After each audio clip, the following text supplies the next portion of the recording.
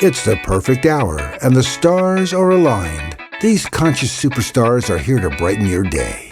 Listen to their stories as they connect, motivate, and build you from the bottom up. It's inspiration time with our Awaken stars.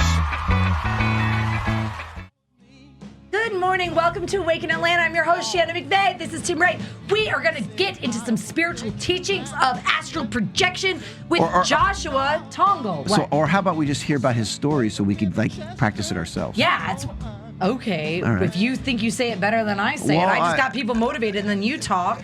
Well, listen, when I still not over your vomiting. Yeah, he's so upset diarrhea with me right now on our plane. I mean, I just don't know who I'm sitting next to anymore. Who are you? I don't know, but I'm coming over next time I have to go. Oh. Okay. All right. Good morning, Joshua. What's up? What's up, you guys? Good morning. Welcome to our show. Thanks for being a part of it. So, Joshua, thanks for having me. So, Yes. so here you are. You're having these astral projections, and I mean, how old are you when you started this? How old was I? Well, it happened accidentally back in like 2006, and so that was like my mid-20s. Yeah, so that happened spontaneously, and then I kind of put it on the shelf because I didn't know what to do with it, really. But were you on drugs?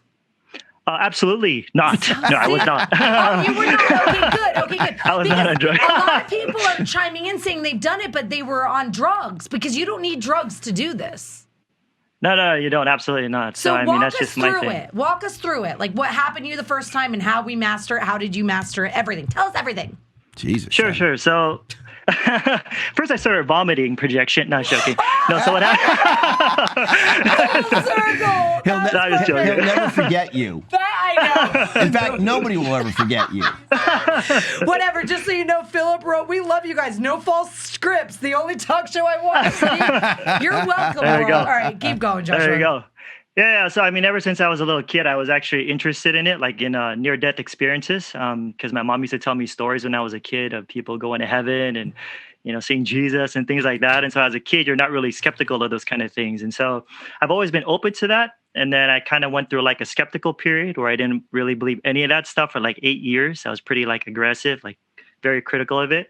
But then I met this man who was miraculously healed through an out-of-body experience. And it was something that really spoke to me because I was actually very sick and injured at that time. And so that made me kind of reinvestigate the whole topic. And so what happened was that there was this one time I was at school in the library and I was just like chilling on the floor on a beanbag and I was fully awake. And all of a sudden I saw this bright light literally just like shining on me. Like it was super, super bright. And I didn't know what to think of it. And I heard this like really loud noise, like a ringing in the ear, but it was like super loud though. So it's not like a tinnitus thing. It's just like a roaring kind of thing. And then my mind was like surprisingly calm. And I was just like, oh, I heard about this. Okay. But that's it. And all of a sudden I felt like this really strong weight where I started to feel like I was getting everything electrocuted. We described. Yes, keep going. This is so good. Yeah. And so I started to feel like this electrocution in my body that was so strong. I felt like I was being crushed. Like it was that. It's weird because it wasn't painful, but it was extremely. At this point? Yeah, like my mind is calm, but it's like I don't think I was really doing it, but I could imagine my mouth like, oh, like that, as if I was being smashed by this energy, as if I put my finger in a socket or something. And I got like paralysis. I couldn't move, but I was still calm in my head. And then it went away and then it came back 2 times.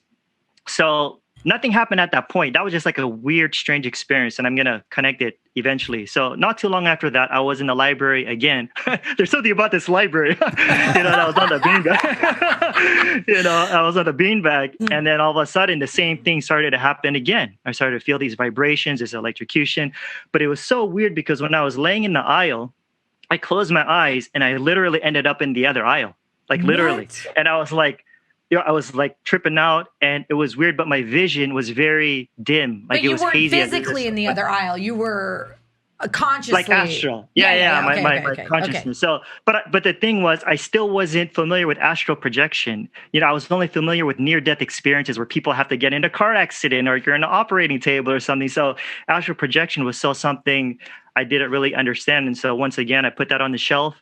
And several years later, I was like very interested again. And, because I was always fond of it. Like I said, since I was a kid, of the transformative experiences, people getting healed. So I was like, you know what? There's this thing called astral projection. I'm going to try it, even though everyone's like warning saying it's really bad, but I see a lot of positive things about it. So I read all these books and I was trying all these techniques, and for like a while, nothing happened. I tell my wife, watch out, I'm going to go astral tonight. And then nothing would happen for like a couple of months. But then one day, boom, it happened. And from there, it's like my personality is kind of like this, where once I find something, I get really hooked. And so I started doing that so much where, I started having it several times a month, then eventually to several times a week, and then several times a day. And I was just like asking so many questions. And in fact, like the more that I start to experience these things, I just have more questions, to be honest. And that's why when I was reached out by you guys from your show, I was like trying to tell the person that contacted me, I said, I don't even want to say I'm an expert in this stuff, because honestly, I have like more questions now. So even if I read all these astral books, and even some of these guys who have a quantum physicist background, it's like some other stuff doesn't even fit within my experiences. Well, that's a healthy perspective, yeah, though, it is, Joshua. You always want to be learning, right? And plus, no one knows anything. Honestly, we all just have stories in life. But with that being said, so your experience, did you find, because like you said, when you learn something new, you really want to get involved in that and you really lose yourself in it. Did you find that your reality in your present life was being neglected, or maybe did you lose anything in that process of being so focused going outside of your body rather than being present in your body, in your life? No, in fact, it was actually the opposite, because the more that I did that, it's funny, but people would think that, right? It's kind of like you want to use OBEs as like an escape or something. Yeah. But for me, I actually felt like it grounded me more, because when I would come back, because it's not like I'm doing it 24/7. Right. You know what I'm saying? I still got things to do during the day. Right. And then when I would come back, I would like just reflect on my life even more. And it just kind of helped me to realize how precious this life is, and there's something to look forward to, that kind of like helping me to rethink about my values, like what's really important here. Wow. So in that sense, I didn't really feel like it was an escape, because I would typically only do it at like late at night or early in the morning. So. Right. Now tell me something what's one of the biggest things that you've learned while astral projecting? And who are you asking these questions to? Do you see your higher self? What do you see there? Like, explain good things. She wants to know if Jesus shows up. Yeah, like, do you believe in God? That's a good question, though. Where is God in all this? But tell me what you've learned, who you see, everything.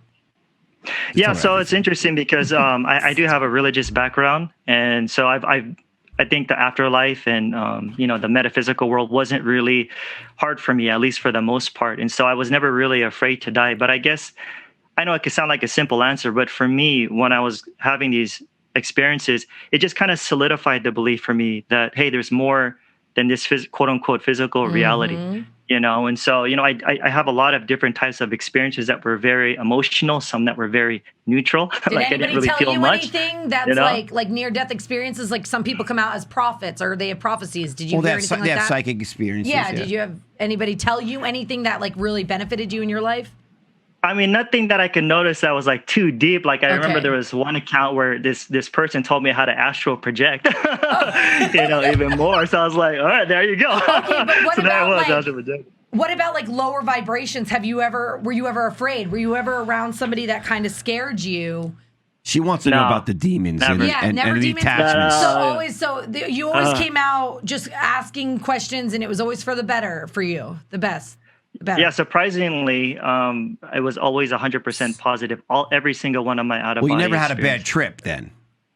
No, Lucky. Never. I mean, I've had nightmares as a kid. You know what's as a interesting? child, Did you know that what he said about the sleep paralysis? So when I had something on top of me once and I couldn't move, and I really genuinely thought it was a demon. So I'm wondering if I was astral projecting at that point.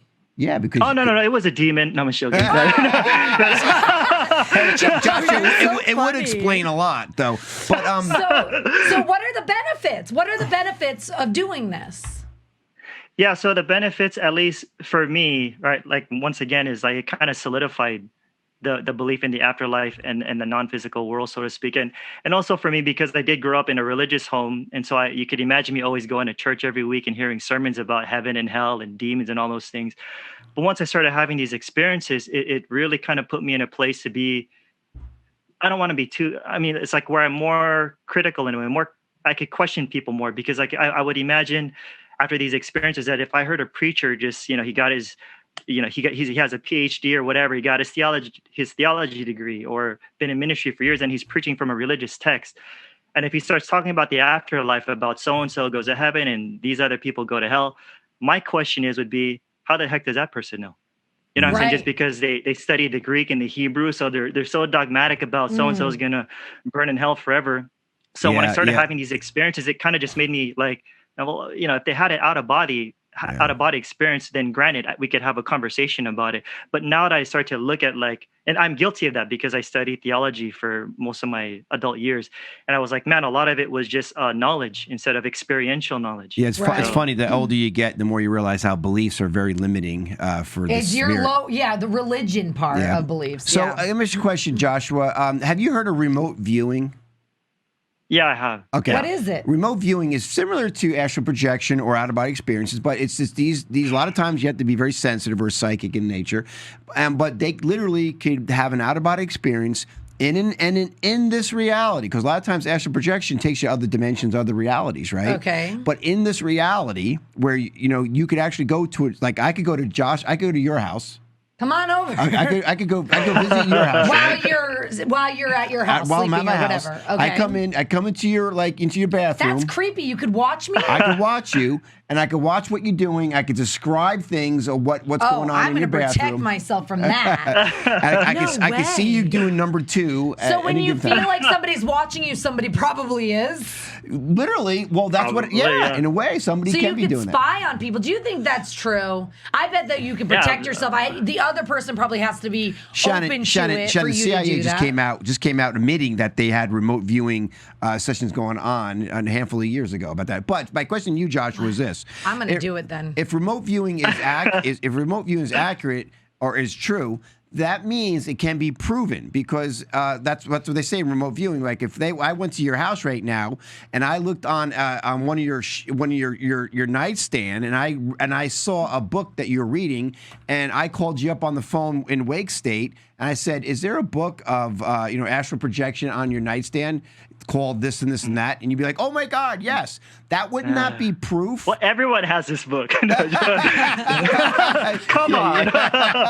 Your energy is my favorite. All right. Wouldn't that be proof, though, that astral projection, out of the body experience, remote viewing, wouldn't that be proof that that's really actually occurring? It's reality. Yeah, I know I kind of said it jokingly, but once again, it's like it would have to be repeatable, right? So it really comes down to someone's definition of what would you actually accept as proof. If you did it the first time, it's kind of a lucky guess. It was a New York Times bestseller, something like that. But if you do it repeatedly, then you kind of give some more credibility. Can we try to consciously do that? I'll give you permission not to look at me in my room, but I give you permission to come into my house and see what I'm doing. I want to challenge that, and you too. Watch a movie. Yeah, watch a movie I'll with watch her. a movie and see if you guys know what it is. We should do that. All right. Well, listen, Teal Swan. I know you don't want me to talk about it, but Teal Swan talks about where she does this all the time. She goes out, she actually projects out into the world, and she gets a kind of a feel for a collective consciousness. But she's able to, see what's going on, and to verify it. And she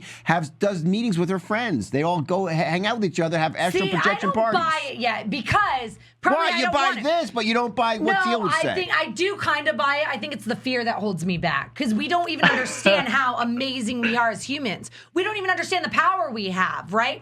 Chance wanted me to ask you a question. I got to find it. He says, "Does it work every time you try it, or is it more of a happy accident?" It gets better, easier, and easier as the more you try it. Like sex. Yeah, it definitely takes practice, So some people, it could take a long time. Sometimes it could happen on the first try, but really it does take a certain amount of discipline and real focus. So honestly, it really depends upon the person, but it's really about, for the most part, being really, really, really relaxed and having some sort of focus to shift your attention away from your physical body. But yeah, I just, Shannon, just to let you know, it's okay to have this healthy skepticism. I understand that, but so ultimately it's I'm not here to prove it to somebody else, especially if I'm talking about other dimensions. If you tell that to a skeptic, they're like, please, come on, So what really would matter is if I did go to your house and I did point out a particular book or movie, that would be more convincing. We would call that vertical evidence. And so there are stories like that. I just had an interview with Eamon Alexander, with the bestseller Proof of Heaven. He was on my show, neurosurgeon, doctor, was in a coma for a whole week. And, this guy really knows about the brain. Right. And he had this out-of-body experience. And he knew how to prove that it wasn't just caused by his brain, because his brain was pretty much shut out.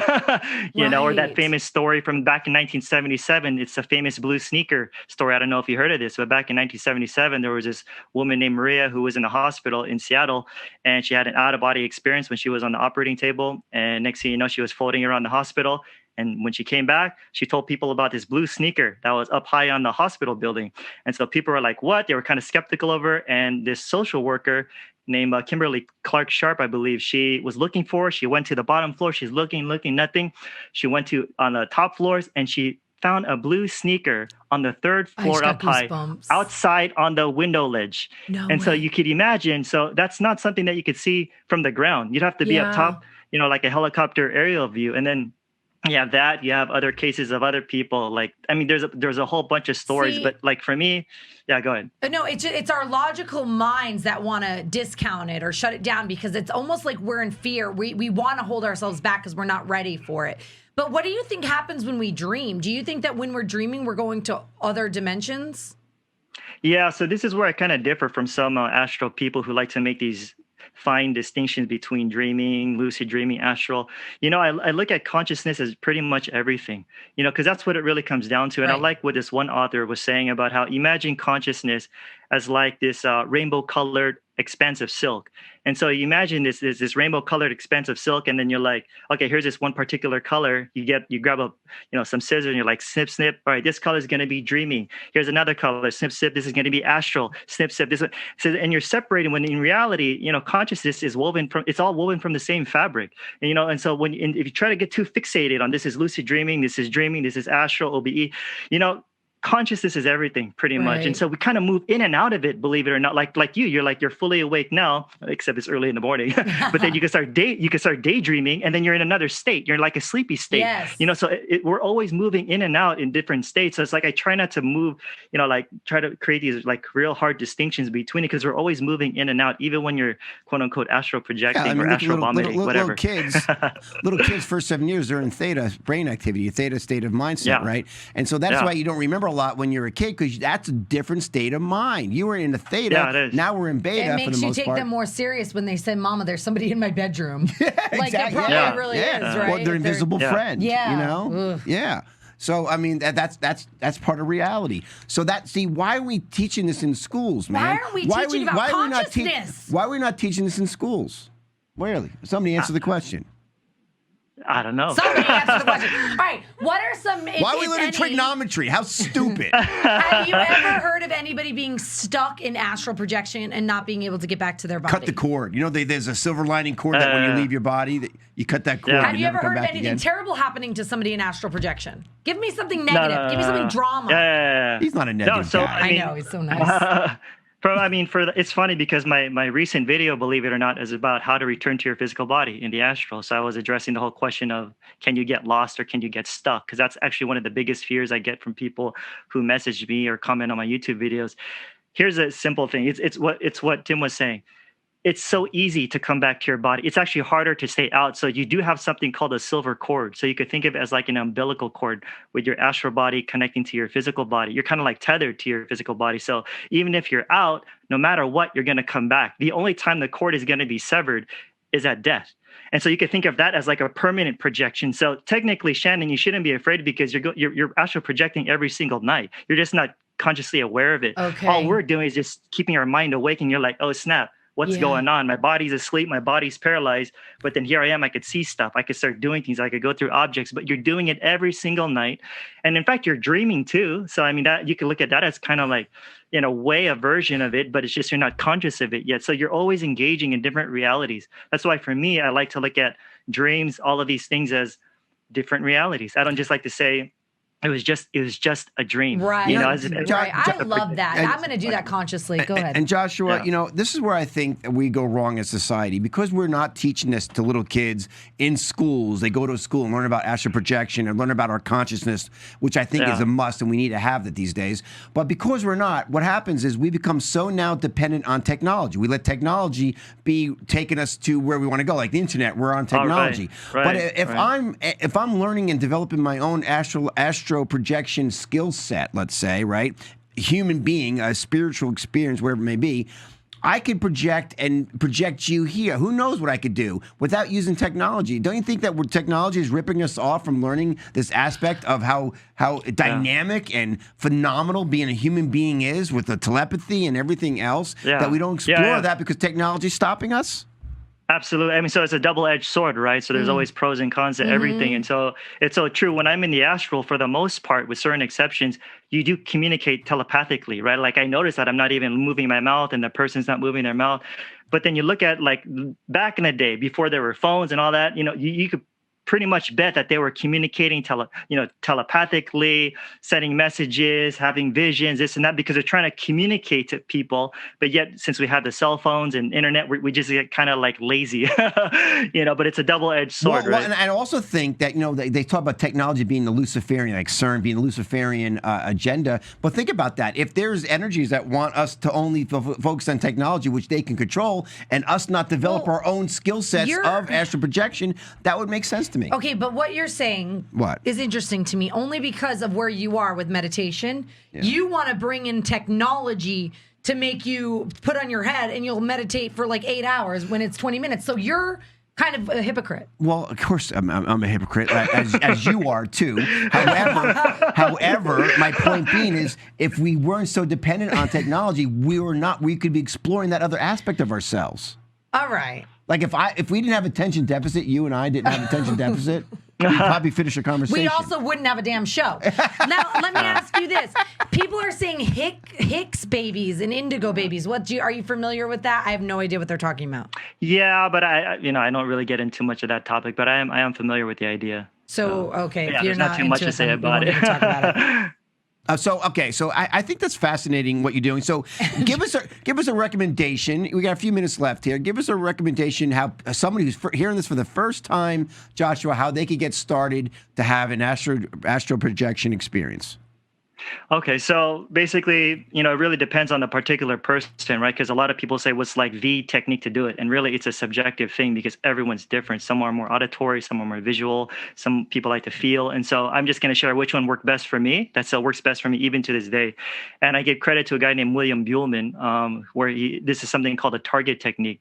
So basically what you do is that as you're going to bed, we all go through what's called a hypnagogic state, right? So that happens when you're falling asleep or when you're barely waking up. It's kind of like that in-between state. There's that small window when you're about to knock out, When you do that, your mind is a lot more receptive. You want to do this technique at that particular time.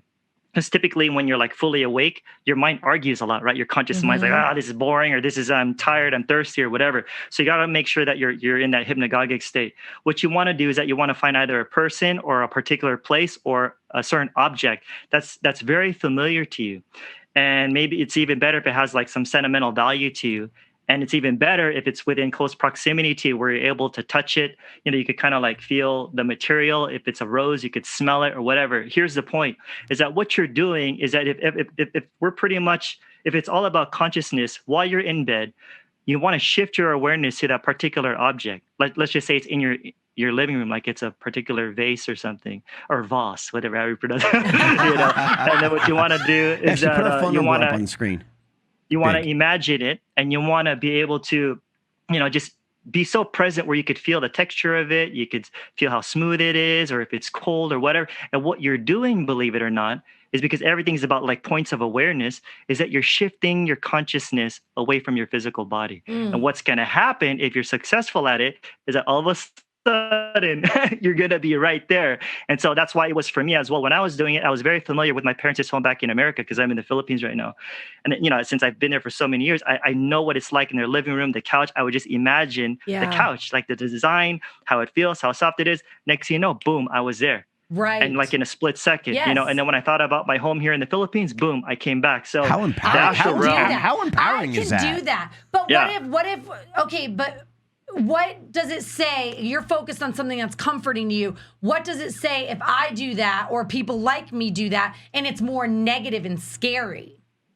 Yeah, so this is where I would recommend that people who have a lot of fears, especially within their subconscious, where there's like certain religious beliefs or there's a lot of folklore that they got going on in their heads, or people who are even really depressed, I don't recommend people like astral projecting because, you know, these dimensions, so to speak, are very thought responsive. So like this universe is, you know, where we're at is actually thought responsive too, but we live in a very dense physical, you know, 3D world. But in these other dimensions, it's less dense.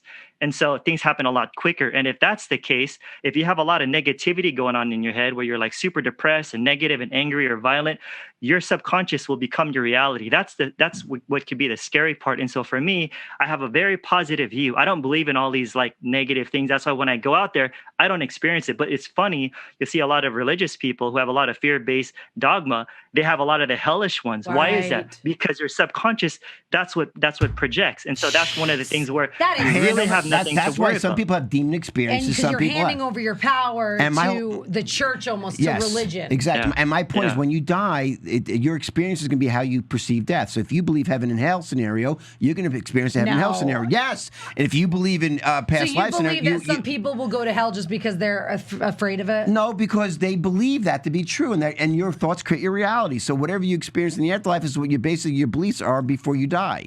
I believe that to be true. I don't think I believe that. If you think you're going to have a scary experience, you're going to have a scary experience. If you believe you're going to have a happy experience, you're going to have a happy experience. At death. Yes, I believe that God loves us all way too much that we're not going to have a scary experience. Yes, we are. Listen, real quick here, Josh. We got to get going. We got to get going. Josh, thank you. Yeah, how can people find you and watch your show? Your YouTube channel. I'm going to watch it.